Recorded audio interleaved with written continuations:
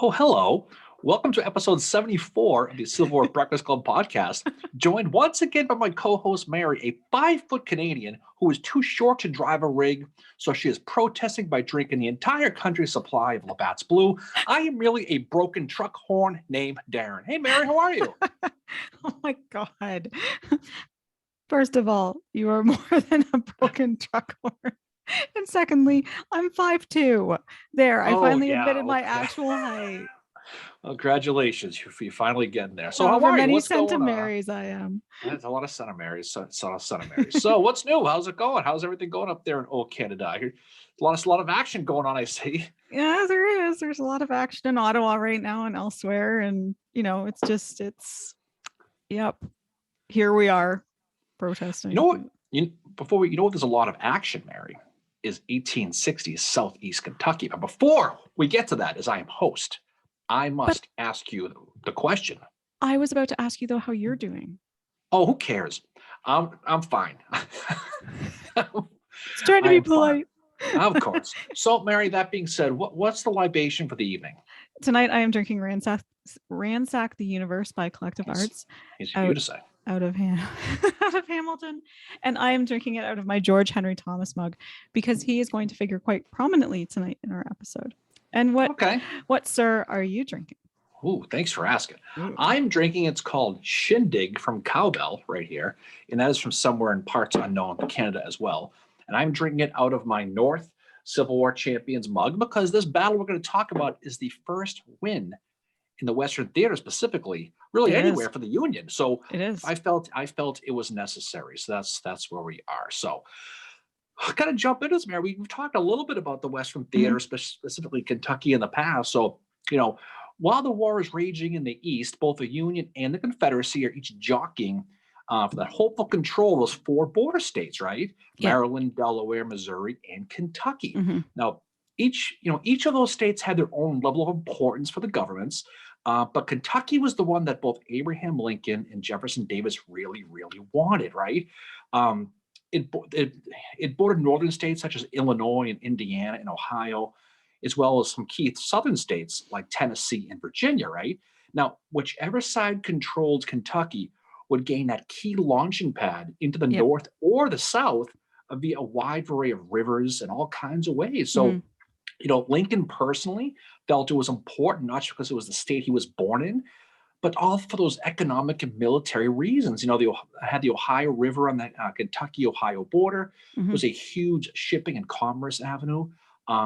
He had that quote, "I hope to have God on my side, but I must have Kentucky." Yep. He also said, "I think to lose Kentucky is nearly the same as to lose the whole game." So Kentucky, as the war goes on, is going to get extremely, extremely important.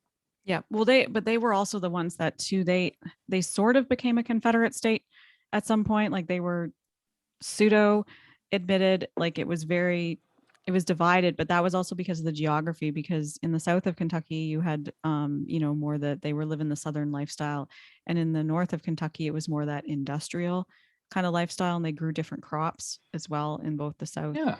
and the north. But yeah, they, if he lost Kentucky, that was probably it, because it was a lot like Missouri. It was so divided, and it was like a powder keg. Well, it was definitely diverse. I mean, Kentucky's citizens were split on most of the issues of the war. Mhm. Almost 20% of the state's residents were slaves. Yeah. But the white residents, they really didn't have any issue with slavery, really one way or the other. No. What they cared more about were those economic leanings of the North you mentioned, Mhm. because that's what you pay with your purse. That's really what they cared about. So Kentucky, out of its own real interest, chose to remain neutral at the outset of the conflict.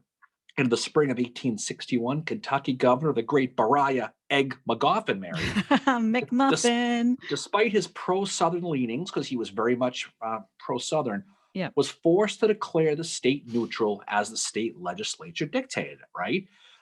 Kentucky would send no troops for the Union nor the Confederacy, and it would remain neutral until September 3rd, 1861, when the rebels forced the state's hand by invading it. Remember? Yep. Yep. They All did. right. Yeah. We did an episode about that. That was the date, if you remember, Mary, that Gideon Pillow, remember him? Yep. Under the Confederate General Leonidas Polk, Hmm. invaded and occupied the city of Columbia, Kentucky, Yep. on that southwest corner of the state, just north of that Tennessee border, right? Hmm. So now Kentucky finds itself dragged into the Civil War without even really wanting it, right? Yep. And if but not only that, but if they found themselves in the center of it, they were almost the quasi epicenter of the Western theater. And you know, once in Kentucky, the Confederate they formed that army, the Army of Central Kentucky, under General Albert Sidney Johnston there. And at one time, he was one of the best generals the Confederacy had. And he'll set up his headquarters there in Columbus, right there. Yep. Um, the army is going to be spread. It's going to be spread throughout the state with Simon Bolivar Buckner situated at Bowling Green, Kentucky. And its right flank, the one we're going to really talk about tonight, is placed in that Cumberland Gap where Kentucky, Tennessee, and Virginia all meet in those Appalachian Mountains. Yep. And that's where we find Zollicoffer, who we've mentioned him in an episode before. And this is where he's guarding it. He's guarding the Right. Cumberland Gap. And here's the thing about the Cumberland Gap, right? For one, it was the right flank. It was Yep. extremely important for both armies because it was the doorway into the West and was also the pass to the Appalachian Mountains. And really, what it did is it offered a path of invasion for both armies. Yep. For the Union, it gave them a path to strike south into Tennessee, just north of Knoxville. And for the rebels, it gave them a way to attack further north into Kentucky. So both armies really wanted that Cumberland Gap. So it was important. And to what you just said, the guy who's put in charge of holding it, that right flank of the army, is a guy named Brigadier General Felix K. Zollicoffer. Yep. And he actually leaves Knoxville to go guard this area. And so this means like the eastern end of the defensive line extends from Columbus, Kentucky, through this Cumberland Gap. And so it's November that Zollicoffer is going to advance into Kentucky. And, Mill Springs is going to become his winter headquarters. Before we get to that far, let's have some fun with him and talk about him. We haven't really talked too much. I just Yes. like saying Zollicoffer. It's just a I fun know. word to say.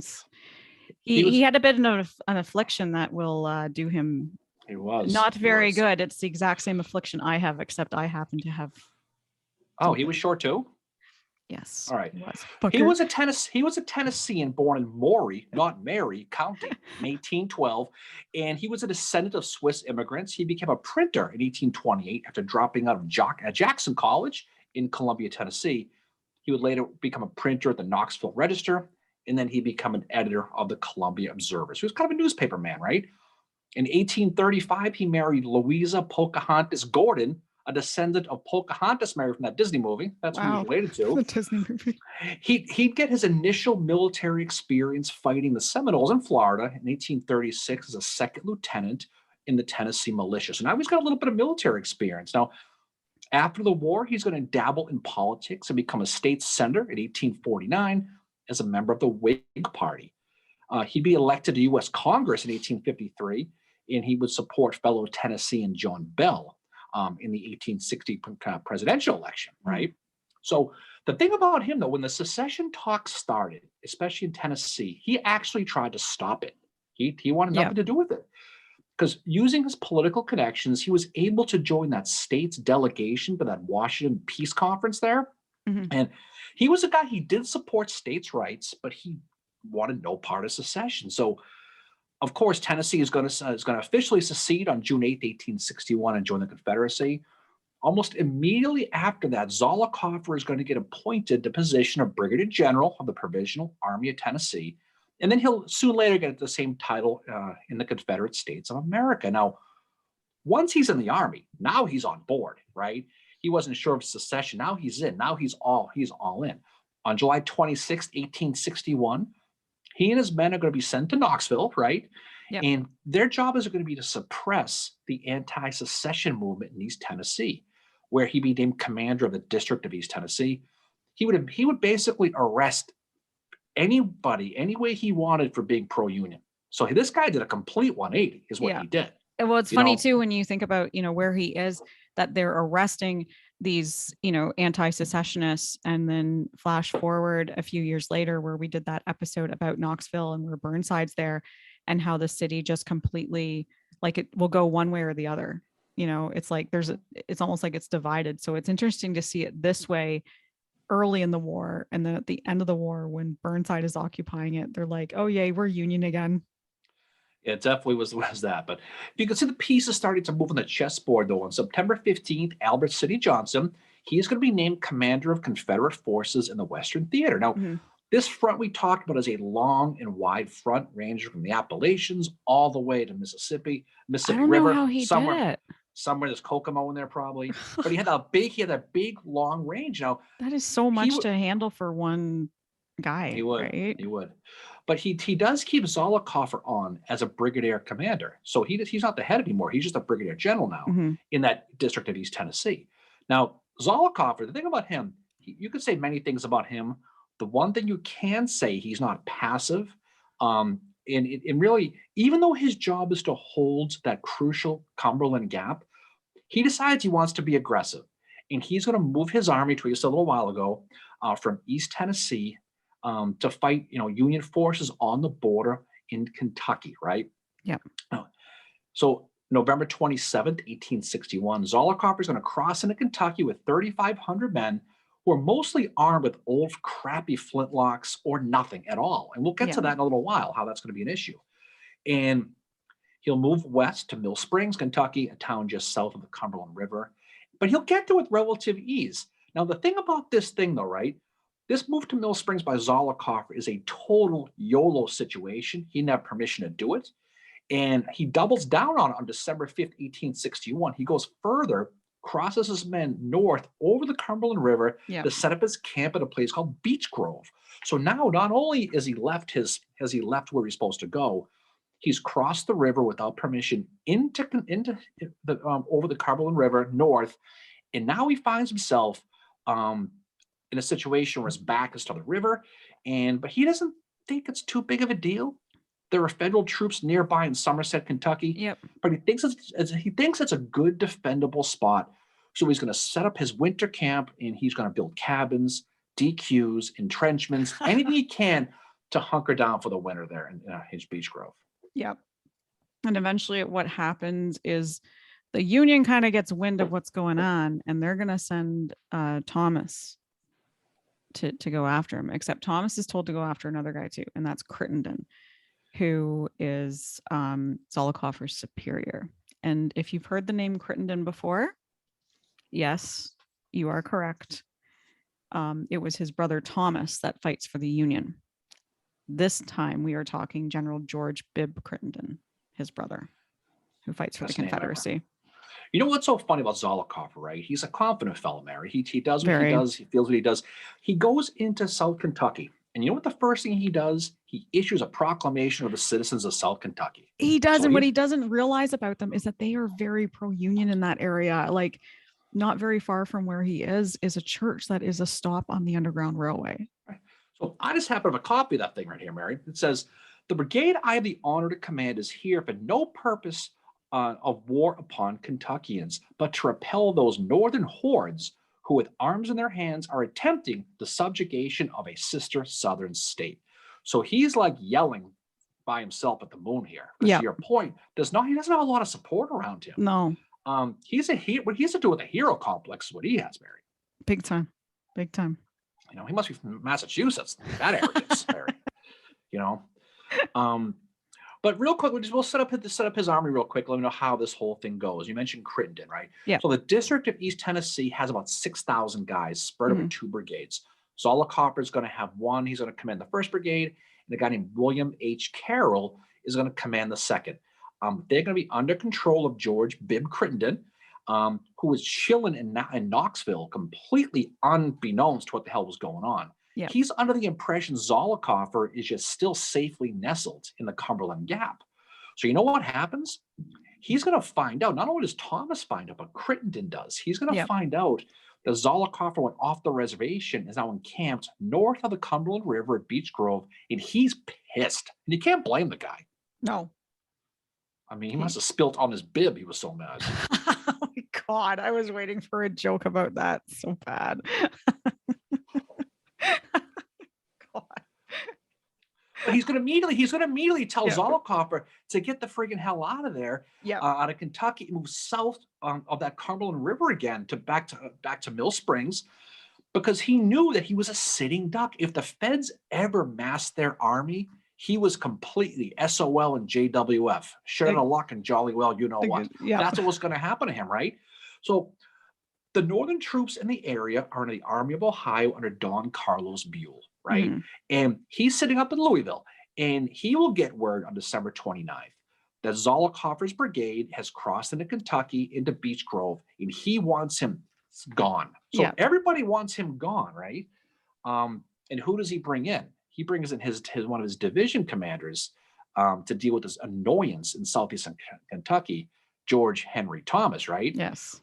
He's in charge of the first division. He's sitting in a town called Bardstown, Kentucky, which is Mhm. about 100 miles away. But he's going to tell him to drive south in the winter, in the cold, in the muck, to go ahead and drive Zollicoffer out of Kentucky. And you won't believe what holds him up is weather and bad roads. And this is like, I was thinking about this about Thomas today. So many times in the Civil War, he gets held up by weather and bad roads. And I think he's just the type of guy that it's like, he's like Eeyore, you know, Oh, well, he's like, we'll get oh into that. no, like So just that whole like shitty things are happening to him. And so Thomas doesn't reach the area until mid-January. It's January 17th, 1862 by the time he gets there, and he's going to set up camp at a place called Logan's Crossroads. Well, he leaves on December 31st, Yeah. 1861. Okay, Dick Clark was probably in his second year doing that show in 1861, right? God. So his division is 4,400 guys, and they're going Mhm. to begin that march towards Somerset, Kentucky. He'll have a brigade under Marlon Manson. We talk about him. Guys from the 4th Kentucky, 10th Indiana, and 14th Ohio, plus a couple regiments from Robert Latimer McCook's 3rd Brigade, which was the 2nd Minnesota and that 9th Ohio. Throw in the 12th Cavalry and Samuel Carter's 12th Brigade and Battery C of the 1st Ohio Light Infantry under Captain Dennis Kenny, all for good measure, right? So Yeah. that's what he's got, right? Interesting So, thing about the 9th Ohio is they are the only troops that have seen combat to this point. and that's going to be the same for the Confederates too. Mhm. When we talk about this battle here in a little while, these guys, it's like we say, it's not easy being green, especially in the No. Civil War, right? Now, we mentioned the distance, about 100 miles, and you mentioned a little bit they were doing it while Mother Nature was clearly on the rebels' side, right? Yep. The march was dreadful. Thomas is going south. Just imagine you're walking in this crap with rain and sleet. It's turning the roads into mud pits. Now, the thing you mentioned how long it takes them to get there. Yep. Thomas anticipated this march was going to take 3 days. That's what he told, right? It took him 18 days to get there. Now, Mary, I'm not a betting man, okay, but I will bet your last IPA that this was the beginning of the Thomas's slow mantra in Washington. I bet this is where it started. Oh, exactly. And it all has to do with the weather. And that's the thing. It's like, but I think we'll talk a little bit more about this at the end with something that happens after this battle. But I think the going against Thomas was already happening because of the state that he hailed from, of Virginia. Right, no doubt. But when we talk specifically about Nashville, later, Yes. right? We're not going about Nashville today, but he's accused of being slow. Exactly. I'm going to get this because this is the very beginning. I bet you this is where it came from. Anyway, I think so too. And it's easy to shit all over Thomas because he's from Virginia, right? Like that's what these guys are doing. They're like, oh, this is easy. He's from Virginia. Oh yeah, no, there's no question. So January 7th, 1862, it's a new year. The vanguard of Thomas's army is going to start to arrive at Logan's Crossroads, where you mentioned. And this is about 10 miles north of where Zollicoffer's position is on Beech Grove. It's about 7 miles west of that town of Somerset, right? Now, because of the weather, again, Thomas has got to sit and wait. He probably said, "Oh no," about 100 times while he was sitting there waiting, right? General Thomas had never seen never seen such bad weather. Oh no. But he has to wait for the rest of his army to make it to Logan's Crossroads because they're slow, right? He'll send a message to the Union troops in Somerset. He's going to get 3 regiments of artillery. So he's trying to get the pieces together the best he can. Now, meanwhile, on that rebel side, around the same time that Thomas is approaching Logan's Crossroads, Crittenden, who's still in Knoxville now, is getting more and more scared of Zollicoffer's position, and that And he's going to head out to Mill Springs personally because he's like, all right, I'm going to go down there and see what the freak's going on. He will get quite a surprise when he gets to Mill Springs because when he arrives, he expects to find Zollicoffer and he finds no one there. It's kind of like a Friday night in my life, right? He's Or gonna learn. mine. Okay, sure. He's gonna learn that Zollicoffer has disobeyed orders or ignored them altogether. But he was supposed to get back south of the river and wait for him in Mill Springs. For whatever reason, he just didn't do it. So he's still across the bridge there over the river in the north. Now, the weather again is haunting Thomas, but it's also haunting the Confederates too, Yeah, right? So the way the weather was going, the Cumberland River was really swollen it and really was. Yep. moving fast. Yep. This water was moving faster than you at happy hour, right? That's how fast it was Oh, really moving. Okay, you don't I've seen you've you move seen me at fast that one happy time, hour. and that's yeah, I've never seen You you move saw so me trudge fast. into that bar in a nor'easter. I moved pretty fast in that.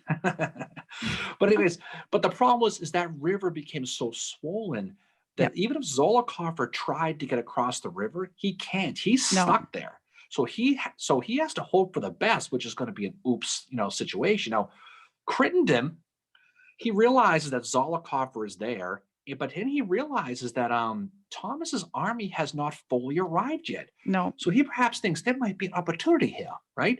He starts to Uh-huh. think that maybe Zollicoffer and Crittenden can go on the offensive and hit Thomas before his army gathers. He blows that conch shell about the weather is Yeah. slowing down, right? That's what's going on.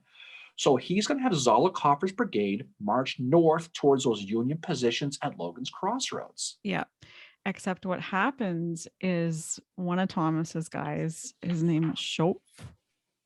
Am I getting that right? He manages to get across. Somehow he manages to get across, and the Confederates don't realize it. No, and so talking 19th of January, about 6:30 in the morning. Yeah. Those first elements of Confederates are going to begin to arrive at the crossroads. This will be the rebel cavalry out of the 4th Tennessee under a guy named Benjamin Branner.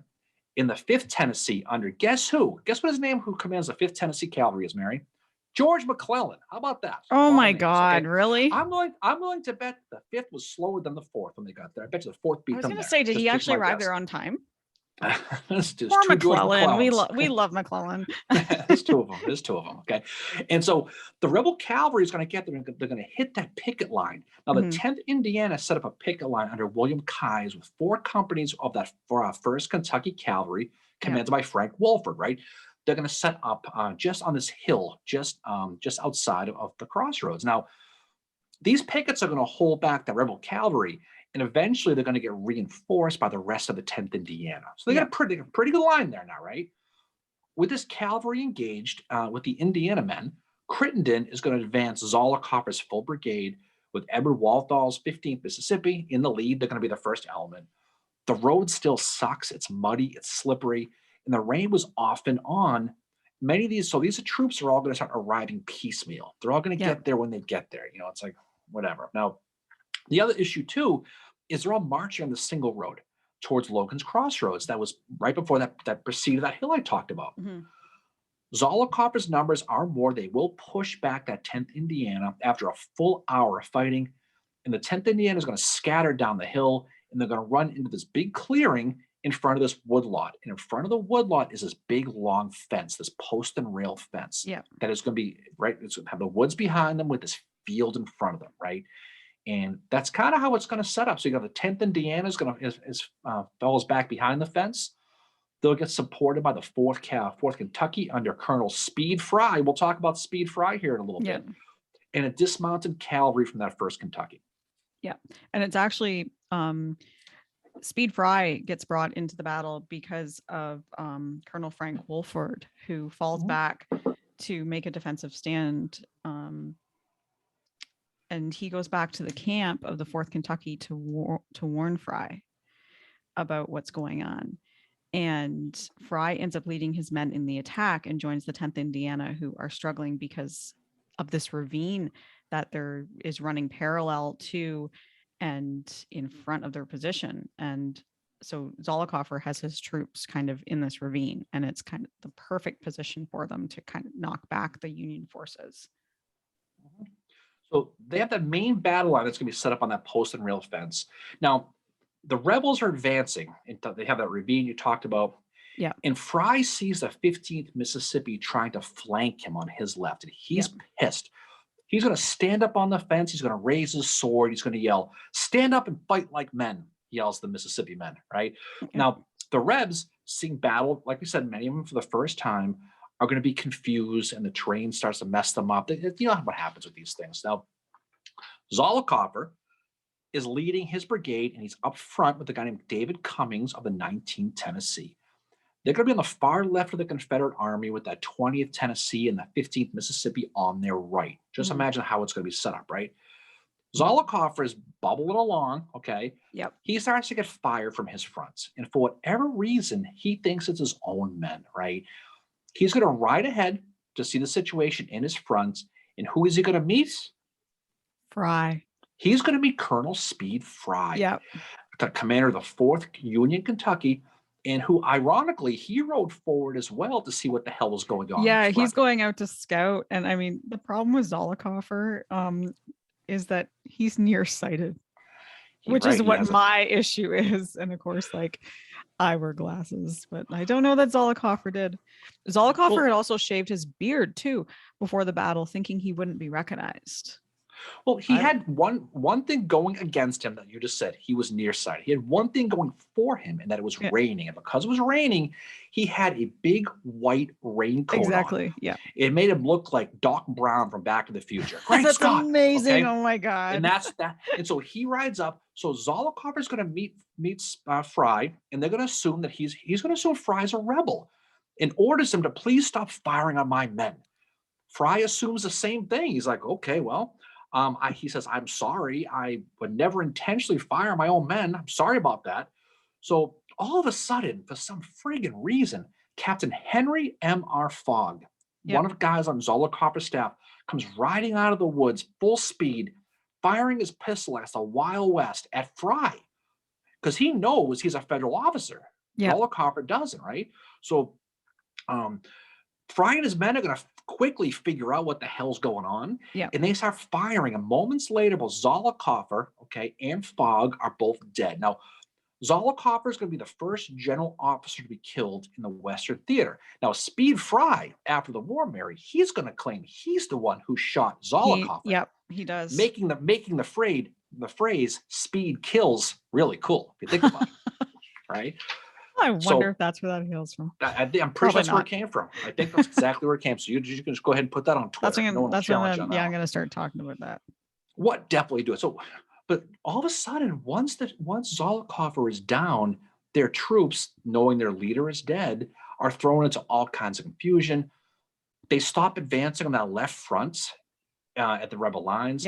On the eastern side, just a few hundreds away to their right, the 15th Mississippi and that 20th Tennessee are going to begin to launch an attack of their own, just themselves, against towards that Union line behind the fence. Now, they're going to be targeting that 4th Kentucky and 1st Kentucky dismounted cavalry. Now, the Rebs are going to hit the fence full speed.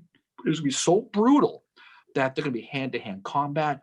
They're sticking the bayonets with the fences at each other. That's how close they are. Oh my God! To try to strike the opponents. Now, this is just 2 regiments going at it. Now, they're also going to try to get around that Union left, and they're going to get it around the Union left. And at that very moment they get there, what happens? That battery C from the 1st Ohio Light Infantry starts opening up on their right flank, like out of a movie. Come on, right? This is on and off rain while this is all going on. Now, more Union troops are going to arrive. We're talking 2nd Minnesota and 9th Ohio from McCook's brigade, right? And they're going to fall into Union line. Don't forget, Thomas's men, they're all getting there at different times. Yeah, and Thomas, I think at this point, has arrived on the battlefield too. He's getting there. It must have been, didn't take as fast as once it gets to Chattanooga, so he took his time getting this one, right? But the Rebs are going to get some help for themselves as well. That 25th Tennessee is going to get there under Sidney Stanton. And the 28th under John Murray, Tennessee is going to get there. So they're going to finally make the field as well. But the problem is the roads again. Yeah, because the roads muddy. Because the roads are so bad, this is the only guys Critton didn't get there, right? So once again, and the other thing, for whatever reason, he doesn't send his cavalry. He doesn't send them. Well, do you think maybe it's because they couldn't get down the roads because the weather was so I, bad and like I the would roads were assume. I just mean, torn right up? Like, I'm sure there was a reason why, but it seemed they were conspicuously absent. If you look at this, well, it's the same with like Thomas's artillery. Like he's got all this artillery, but he can't completely utilize it at this battle because of the weather and the roads, right? It's yeah, yeah, really playing havoc against them both sides, that's actually. true. So that this weather is screwing Crittenden up, but it's also affecting the men who are there. Remember, I mentioned a while ago they had flintlocks. They Yep. had those old flintlocks. That Well, would suck in the the rain. was the problem because the off and on rain, many of them got wet and they didn't shoot. Only a handful had muskets, and amazingly, only 20% of the rebels engaged in this battle were able to fire. 2 of 10 were able to fire. Many got so pissed they started breaking them off the sides of trees, smashing them because they Oh just couldn't yeah, I was shoot. reading about that. Like, holy shit. And to make things even worse, for the rebels, more federal troops are going to start to arrive on the 1st and 2nd Tennessee. These Yep. are Union guys, by the way. In the 12th Kentucky and from Carter's 12th, they're going to arrive right on the right flank of those 15th Mississippis and those 20th Tennessees who've just been getting raked by artillery fire. Yep. At this point, Mary, Thomas's "oh no" turns into "oh yeah," Yeah. because he goes. You know what he does? Because he turns into Kool-Aid Man and he advances everybody forward. He does, including the 9th Ohio. They attack from the right and they suddenly just charge and they make this like this bayonet charge against the rebels left. And these are the guys that had these were the only ones to have seen action, and they're primarily German and they're commanded by a guy named Gustav Kamerling, and he says to him, Kamerling. He says Kamerling, just like saying it. Kamerling. Okay. Cumberland Gap. Okay. They're from Cincinnati, by the way. Go Bengals. They are. By the way. Yes, go Bengals. So Kamerling says to them, if it gets too hot for you, shut your eyes, my boys, and charge. And so these are this 9th Ohio is they're the only ones that have seen actual action in the war, prior to this battle. But like, as you said, like Thomas is Kool-Aid manning it in and doing his thing. And they're driving the rebels back. Zollicoffer is down. Their leadership is questionable. The weather's bad. They can't shoot. They turn their heels and they start running back towards that hill while being chased by Thomas's men. Yeah. Now, on that hill, you got the 16th Alabama and the 17th and 29th Tennessee.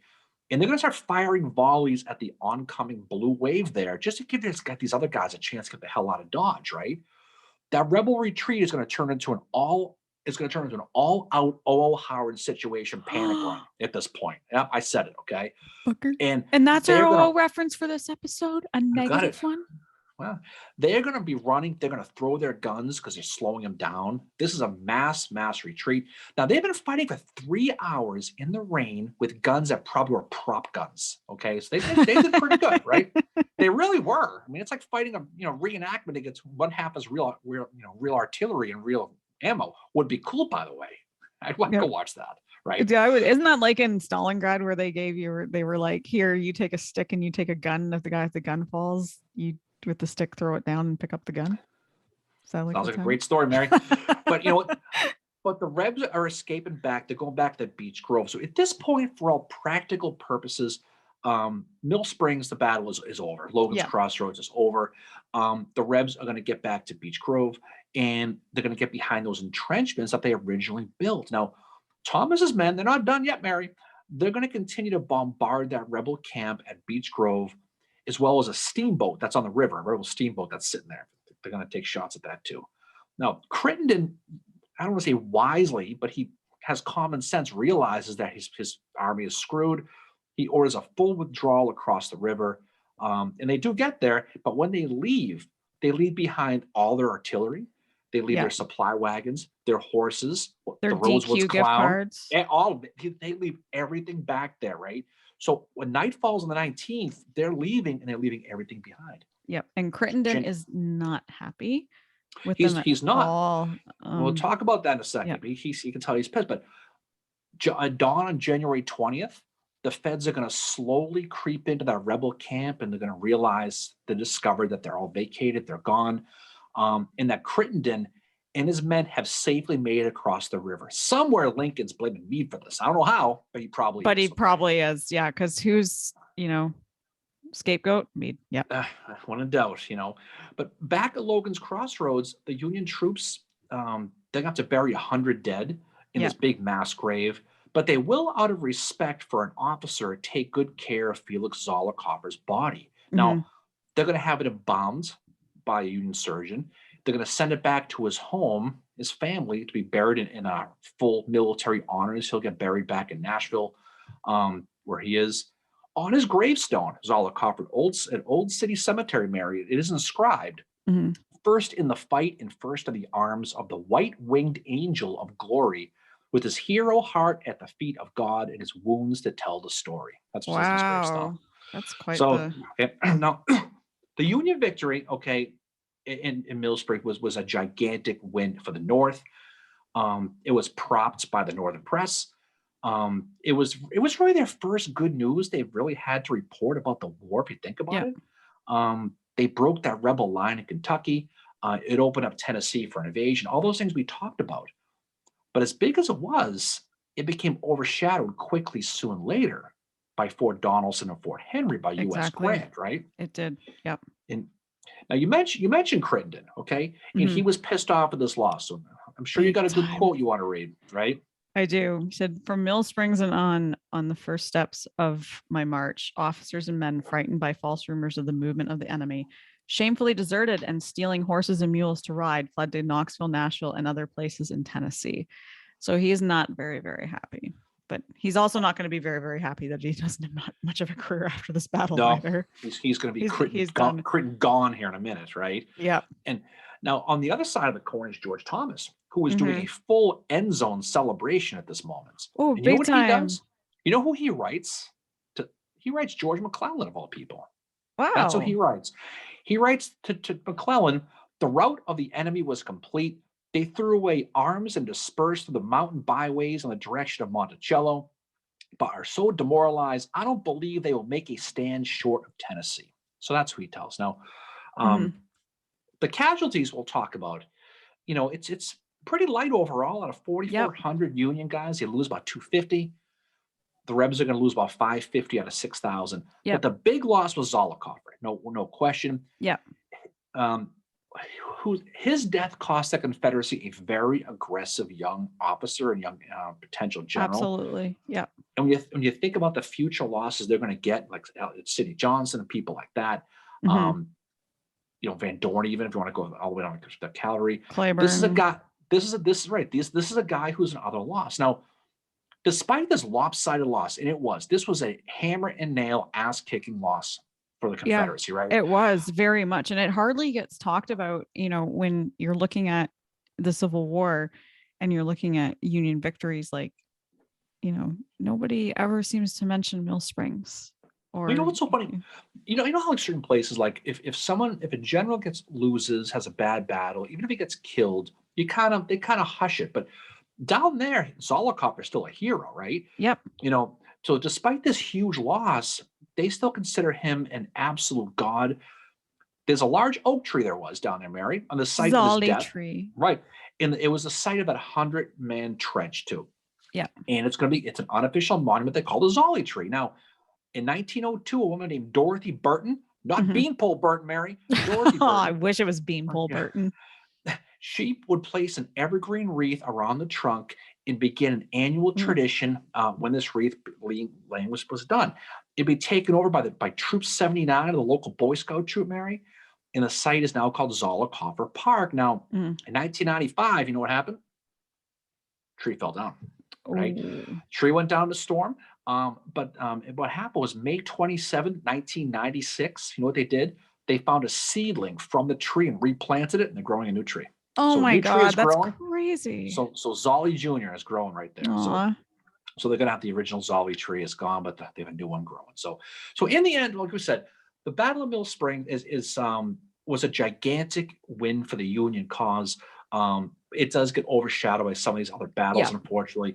But what it does, we talked many times about how these battles lead to other battles. What this one was that first step to Shiloh is really what it was. Yeah, Okay. it was because it's pushing them, like they are getting, like, basically their offensive in eastern Tennessee or whatever they were trying, what they were trying to do there.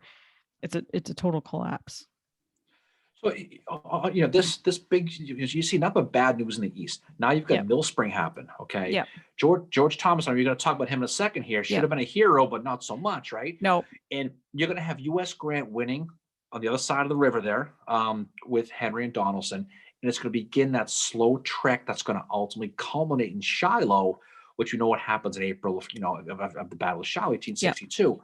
But Mill Springs is huge because what it does, kind of like maybe a Winchester is to Gettysburg type thing. It Yep. helps perpetuate that momentum for the Union, who Yep. desperately needed it, and help them drive down that Western theater. So, how about that, George Thomas, Mary? Well, that George Thomas. So, I mean, he obviously does really well at this battle. This is, he's getting the first decisive Union victory. And yet, when we look back at the Civil War, nobody talks about it. I mean, when you think of Thomas, you think of Chattanooga, Chickamauga, all that. One rebel soldier after Mill Springs said, "Well, we were doing pretty good fighting till old man Thomas rose up in his stirrups and we heard him holler out, 'Attention creation by kingdom's right wheel.' And then we knew you had us. And it was no time to carry weight at all." So he knew that they were done. But what happens after this battle is Thomas does not get much credit for it. And Harper's Weekly wanted to put him on the front cover. And they don't. And the reason that they don't is because Abraham Lincoln would not allow it. He said, "Let the Virginian wait." And that is why he doesn't end up on the cover of Harper's Weekly. And one could argue that Abraham Lincoln might be a reason why we don't know much about the Battle of Mill Springs, and with George Henry Thomas being associated with it when he's saying, "Let the Virginian wait." He's got very much the same attitude towards Thomas that we see that Sherman and Grant have in 1863 when they are all at Chattanooga together. And, I think if anything, this is one battle that Thomas definitely needs to be remembered for, is this decisive Union victory. That's why they nicknamed him the Rock of Mill Springs, Mary. Yes, that's what we call him here at Civil War Breakfast Club. Right. But that's true. But it is sad though. You think about it. This is a guy who, Yep. I don't want to say all he did is win, no matter what. That's kind of not what he did. But he kind of did. He had a lot of success, but he had one strike on him, and it was a big one. And it was Virginian. Yep. And for some reason, I don't know if they just never trusted him. And I think that's why it was easy to say, "Oh, he's slow." Meanwhile, the weather is the thing bogging him down. He did a lot. Like, some of his campaigns are fought at the worst time, January, but he's still making it through. But yeah, you're going to get slowed up because of the weather. But when you look back to how he was at the end of the Civil War, and he doesn't live too long after the Civil War ends, unfortunately, he's very bitter. He tells his wife to burn his papers after he he's like, "When I pass away, burn my papers." It's no wonder that he was so bitter. If he's like, now I don't know if he knew about the Harper's Weekly thing, but you have the president of the United States shoving him off of Harper's Weekly. Yet look how Lincoln praises Grant for Henry and Donaldson. It is it's tough. And don't forget, and a lot of, we mentioned weather. I mean, granted, it took him 18 days to make a 3-day milk run, but there's a reason for it. And there's a reason why in Nashville he had to sit and wait, and it was the weather. And so you have Grant and Logan being sent out to Tennessee to go relieve him because he's being so slow. You feel bad for him because he kind of gets the crappy end of the stick. And it's all because of where he's from. But how long does it take Grant to take Vicksburg? And some of that is because of mistakes he and Sherman make along the way. And Lincoln's kind of like, "Oh, whatever." Well, they're sacred cows and they're non-sacred. Oh, cows, I know. so, Yeah. It's this is one that really opened my eyes to, wow, this is why Thomas has this reputation that he does and why he was so bitter. And, even Lincoln is playing into the whole like, "Oh, let's play the Virginian card against him because we can't trust him," right? Because look what Lee did. I mean, there was probably some truths that, don't forget, in real time, they were getting smoked in the East. Yeah. I mean, you don't know who's your friends and who's your enemies in reality. You never know when someone's going to flip, like you just said, by Lee, right? Mm-hmm. But I think he earned his chops as the war went on, but he never got out of Lincoln's doghouse for whatever reason, never did. Well, and I don't know why he didn't earn it here at Mill Springs. He's done what Lincoln has wanted, which is a decisive victory. And Lincoln's like, "Don't put that man in Harper's Weekly." instead I think it was the 10th Indiana that ended up in there. And then in the article about it, I found some pictures about it. You have like a drawing of Stanton, and then I think there was one of like Zolikoff or Crittenden in there. Like Thomas doesn't even get a, Well, that was a probably the picture. Winfield. That was probably the Winfield Scott Hancock centerfold edition, so they didn't want to Oh overdo God. it. Okay, Jesus. exactly. But that's that. So no, it's a tough story. But again, again politics plays a lot into this. We said this many times, and Lincoln himself was certainly part of it as well. Yeah. But he had a war to win. He had to make sure he was having the right guys. But give Thomas credit, regardless of consistently with that kick me sign on him. He did his job, but he kept doing it. He didn't stop. Oh, he did.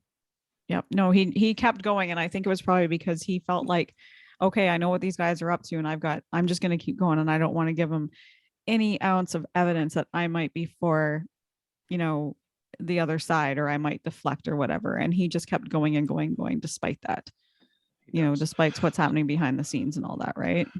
So speaking of behind the scenes and going, what's next for us, Mary?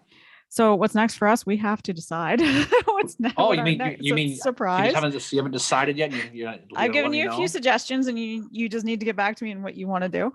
Oh, please get back to you. I did. I gave you a suggestion the other day, and yeah. Um, there goes Funkle Mary for our viewers. Even she couldn't believe that. Oh my God. Anyway, so next Wednesday we are doing our Civil War Breakfast Club monthly roundtable. And it will be at 6 p.m. Eastern time via Zoom. So if you want to attend, never have before, info@civilwarbreakfastclub.com. We don't have a set topic. We just get together and nerd out about the Civil War. Our next book club is not going to be until March the 30th. We will be reading in the month of March, Nameless and Faceless Women of the Civil War by award-winning author and poet Lisa G. Samia, who's also a friend of ours. And then we will be having our Facebook Live on Saturday. So this episode will be dropping Saturday morning. So hopefully we'll see you all at our Facebook Live back at our usual time, 10 a.m. We've done it different times lately and managed to meet a few new people doing it that way. So that's pretty awesome. So we might mix it up again sometime soon. But yeah, this week will be normal time. Thanks to get back on normal time. So any final words there from you, Fincheru? Well, thank you for being the awesome co-host you are. You bring it as you always do. And I'm very lucky to get to do this podcast with you. So thank you. I'm just a truck with a broken horn, Mary, but it's okay. It was a lot of fun. It was a lot of fun episode. It's always fun to talk about the Western theater. We spent a lot of time in the West. We went North Carolina for a little while, but now we're back and we're going to bounce back and forth. Who knows what we'll do next week, but it'll be something fun. Yeah, it will. So that'll be a good thing. So off we go. Everyone have a great weekend, everybody. Have a good time and have a safe weekend. Have a great Super Bowl. Go Bengals. Yes, go Bengals. If you're in the NFL situation, and we will talk to you all soon. So thanks for listening. Hope to see you on our roundtable next week, and hope to see you on our live next weekend. So off we go. Have a great, safe weekend. Stay warm, and peace out, everybody. Yep.